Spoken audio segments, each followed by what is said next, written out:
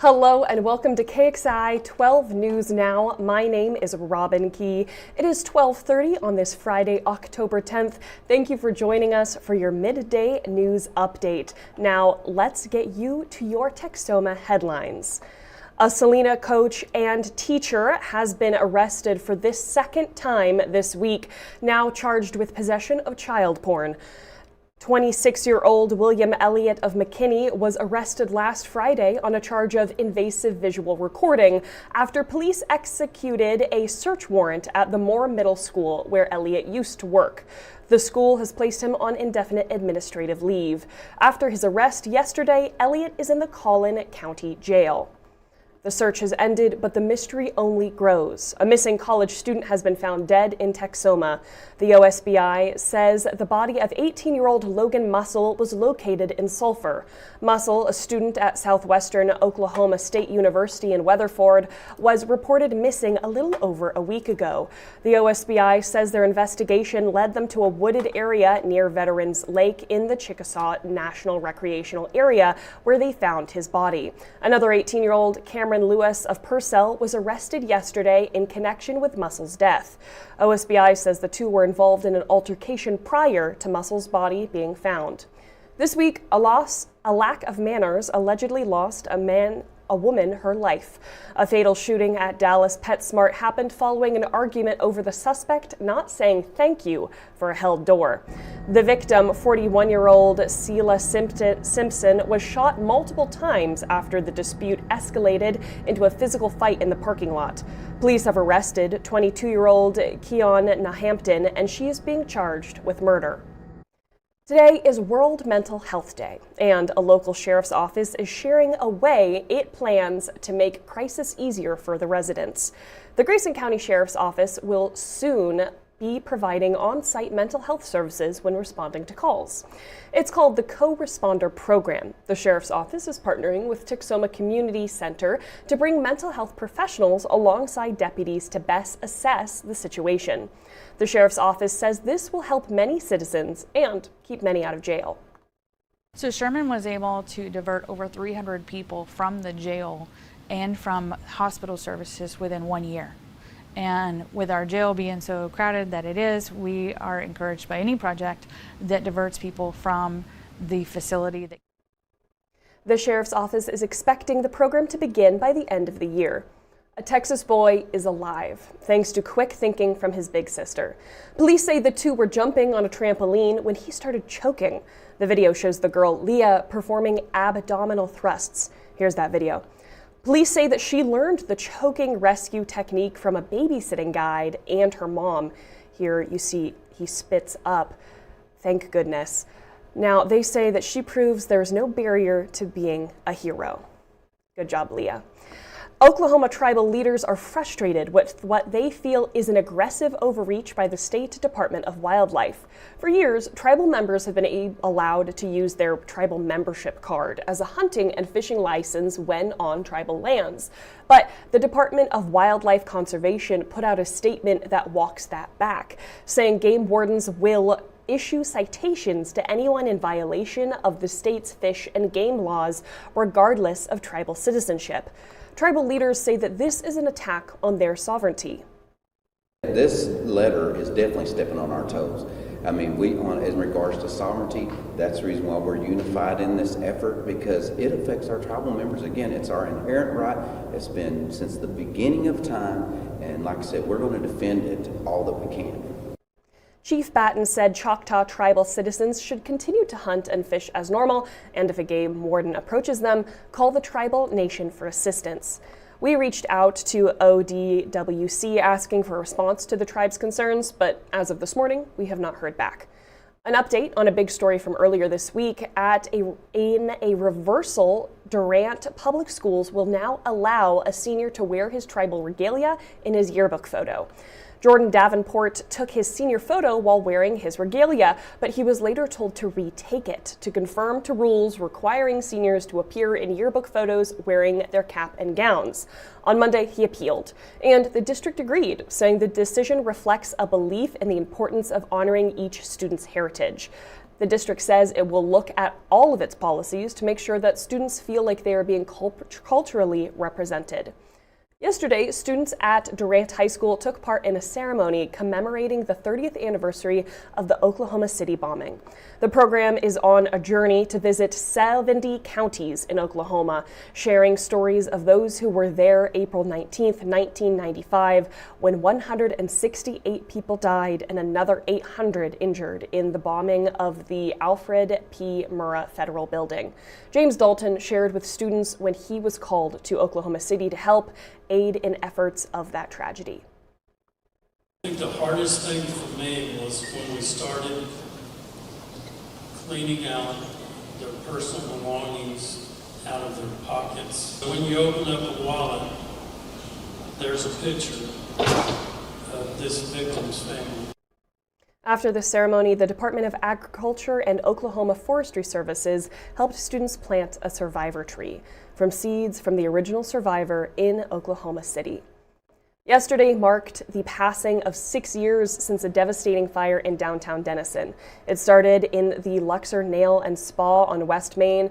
Firefighters battled the flames and 3 buildings were destroyed. Today, the lot is home to new buildings, including a visitor center, which the city says is a symbol of resilience and progress. The fight continues over the new tax rates in Texoma. Texas State Rep Shelley Luther says she's working with Texas Attorney General Ken Paxton to investigate whether several Texoma towns' proposed tax hikes are in violation of a new state law.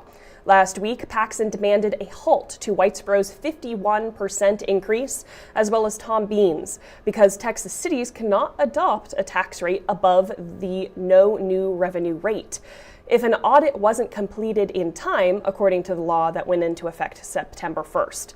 Luther says they're now looking into Bells, Gunter, Pottsboro, Dorchester, Trenton, Honey Grove, and Culper to see if they are also in violation. Oklahoma and Texas governors are not seeing eye to eye on a controversial Trump decision. Oklahoma Governor Kevin Stitt has condemned the deployment of National Guard troops across state lines. According to Politico, Stitt has said that he supports the president's crackdown on crime, but believes the decision to deploy Texas national troops to Illinois is a violation of state rights. President Donald Trump is getting his wish for the indictment of New York Attorney General Letitia James. He openly derides her for winning a civil case against him that he's appealing. Now, James is charged with 2 felonies, bank fraud and making false statements to a financial institution. Prosecutors allege that she got a favorable mortgage terms by calling a home her secondary residence. Sources say then DOJ prosecutor who investigated similar matters found insufficient evidence to pursue a case. He's out of a job after resisting Trump's pressure to charge James. The indictment contains no signatures from any career DOJ prosecutors, just Trump's former personal attorney, my bad. The 2022 case James brought against Trump also involves fraud allegations. It argues he, some of his children, and his company inflated property values to mislead lenders and insurers. 2 judicial rulings found them liable, although an appellate court threw out their $354 million fine. Trump is appealing that case. The full self-driving feature in Tesla's vehicles is under federal investigation. It's in the wake of reports the technology allegedly caused vehicles to run red lights and move into incoming lanes. The National Highway Traffic Safety Administration says its investigation covers nearly 2.9 million vehicles with the feature. The NHTSA says a few dozen incidents, 15 out of a few dozen incidents, 14 were crashes or fires, 10 incidents resulted in injuries to 23 people. The agency said it found 6 cases in which Teslas in the full self-driving mode ran a red light and collided with another vehicle. Regulators noted several of the red light incidents allegedly happened at the same intersection in Jopa, Maryland. Speaker Johnson is facing a political dilemma as he keeps the House away during a government shutdown. Members were sent home 3 weeks ago and have not returned for a working session. The government has since shut down, and President Trump has threatened a mass firing of federal workers. Speaker Johnson states the House has already passed a bill to fund the government. He blames Senate Democrats, who are seeking health care funds for expiring insurance subsidies. 2 powerful offshore earthquakes have struck the southern Philippines, killing at least 7 people. The first quake, with a magnitude of 7.4, was followed by a separate 6.8 magnitude tremor in the same region. Philippine seismologists report the second quake was caused by movement in the same fault line at a depth of 23 miles. The initial 7.4 magnitude earthquake has already claimed at least 7 lives. A ceasefire in between Israel and Hamas has taken effect in Gaza today. The deal, approved by Israel's cabinet, aims to pause fighting and exchange remaining hostages for Palestinian prisoners. Palestinians report heavy shelling this morning, but bombardment has significantly decreased since the ceasefire. This agreement is a crucial step towards ending a 2-year conflict that has claimed tens of thousands of Palestinian lives and left much of Gaza in ruins. The deal was reached with pressure from the United States, Arab nations, and Turkey. It includes the release of Israeli hostages and hundreds of Palestinians imprisoned by Israel. Now, that was a lot of national news, but do not worry, we're going to bring it all back to Texoma for your community corner. That's right, it's basically a short jump of everything that you need to know to be a good member of the community for Texoma this weekend. So even though we are about to take a little break, do not exit out. We will be right back.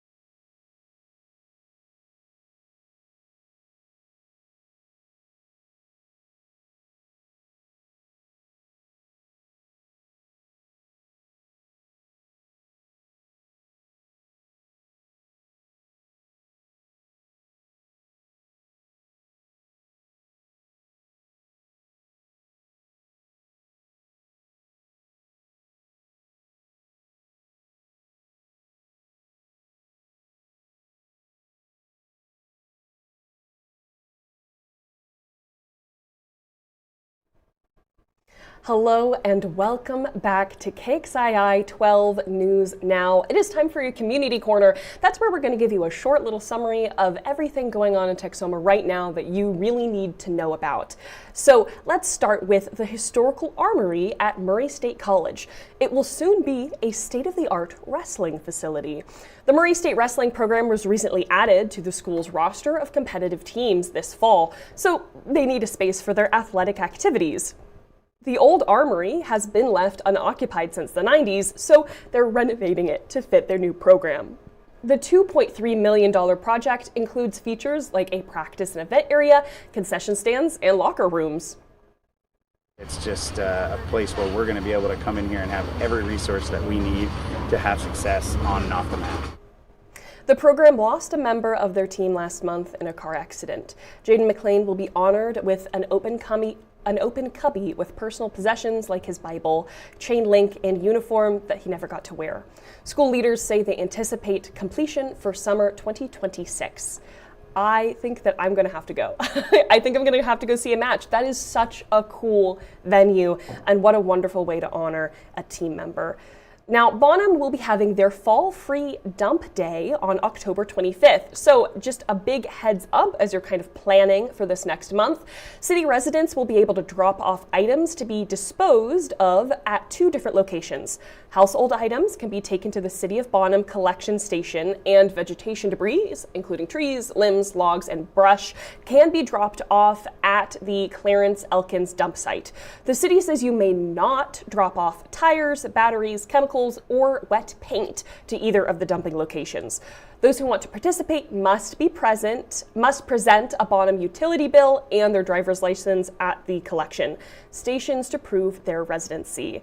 Now, this is probably a pretty good idea for people, particularly the vegetation. I know that our meteorologist, Brian Briggs, has been talking about how dry things are getting, and while there are no burn bans currently, how burning could become an issue. So probably not a bad idea to start kind of collecting the lumber in your yard and just the dead things so that we can kind of get rid of that and resist any fires that might be coming. Speaking of fires, Sherman firefighters took the stage at KXII Auditorium yesterday, putting on free performances focused on safety. Each year, the department's clown company travels to local elementary schools to teach children about fire prevention, stranger danger, and how to call 911. Captain Luke Jennings says the program is an entertaining way to get the messages across. They can have a good time, and just something that we might normally be boring or they might not listen to, but we do it in a way that maybe they catch it, maybe they hold on to it, and they have a good time while we're doing it. Yesterday's performance marked the final show of the season, but the clown company will be back next year. What a fun idea. I also love the inspiration from rodeo clowns that seems to be going on in the costumes. That's really cool. It is a big weekend for football and fair. Students in Texas can now use their free ticket vouchers on the weekends. The State Fair of Texas has expanded the use of the free tickets for pre-K through 8th grade students for the very first time. That's because many families found it difficult to be able to attend on the weekdays. The fair is also addressing social media rumors of low attendance. They say business typically starts slow and increases significantly during the final 2 weeks. If you're headed to the State Fair this weekend for the Red River rivalry game, prepare for heavy traffic. I know you might have been hearing rumors about low attendance, but this is going to be crazy. All lanes of I-35 are expected to open through southern Oklahoma, but an expansion project through Gainesville has it down from 6 lanes to 4. Trust, this is not traffic that you want to take lightly. I drive that route pretty much every day. Another big football game with a sellout crowd this week at the University of North Texas. It's the first time a sellout has happened in the history of the 30,000 seat stadium. UNT has canceled all classes this afternoon to allow students to attend pregame festivities. The Mean Green are undefeated and will take on nationally ranked South Florida tonight. As a Mean Green alum, I'm very excited. I cannot wait to see how this game goes. However, as somebody who is going through Denton tonight, I'm a little nervous. I think I will need to be taking traffic pretty seriously. Now, if you've enjoyed this KXII 12 News Now, do not worry. We will be here Monday. That's right. Same time, 12:30, same place. All of our KXII 12 live streams and YouTube Live. But can't wait that long? You want more Channel 12 now? I get it. Don't worry. You can tune in later today for News 12 at 4, 5, 6, and 10. And then we also have our weekend newscast. So don't worry, you will not be starving for content. And for more information on any of the stories that you saw today, go to KXII.com to find all of our full reporting. Also, don't forget to follow us on our socials. That's Facebook, Instagram, Threads, X, TikTok, and of course, YouTube. We're pretty much KXII 12 News everywhere. There, you'll find constant updates, exclusive content, and all of our stories, new and old. But until Monday, I hope that all of you Texomans have a wonderful weekend. Bye!